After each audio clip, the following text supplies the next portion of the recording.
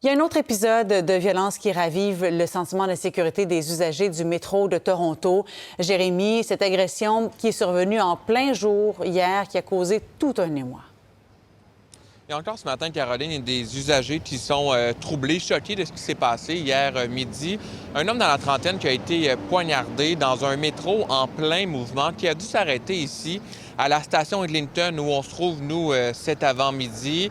L'incident a été filmé d'ailleurs. Il y a des images de tout ça, de cette altercation qui se déroule entre deux individus. Un homme dans la trentaine qui a reçu donc plusieurs coups de couteau, transporté à l'hôpital dans un état critique, mais heureusement, aujourd'hui, on dit qu'il est désormais dans un état stable. Ça, c'est une bonne nouvelle. Les policiers, d'ailleurs, qui croient que cet incident est isolé, on tient à rassurer la population, mais ça a semé l'émoi, un chaos ici dans la station de métro, à bord du wagon également. Je vous laisse regarder des images de cette vidéo qui a été filmée. Vous allez voir, ça peut être troublant. On entend des sons assez particuliers, suivis d'un usager de la Commission de transport de Toronto, la CTT, qui se trouvait à la station lors des événements.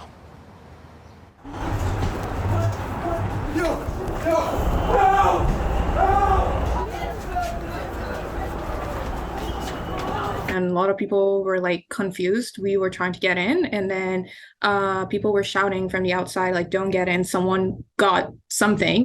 Should I say in the last year, it has been very iffy and very dangerous, I think. I try not to take TTC towards the night, so I try to schedule my days in a way that I actually finish my work on campus and leave. Oui, ça a causé certainement toute une commotion. La police qui est toujours à la recherche du suspect, Jérémy?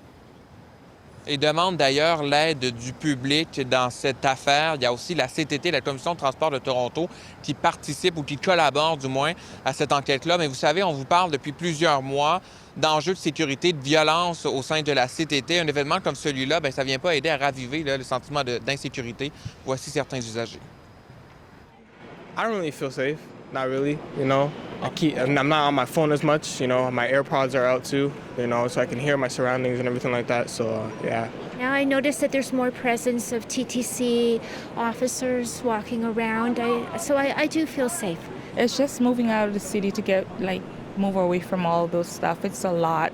The city needs to really cut down and really getting that under control because it's really happening a lot now.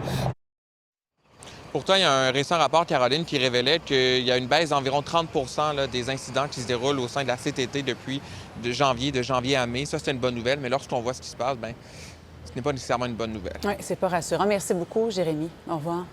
Au revoir.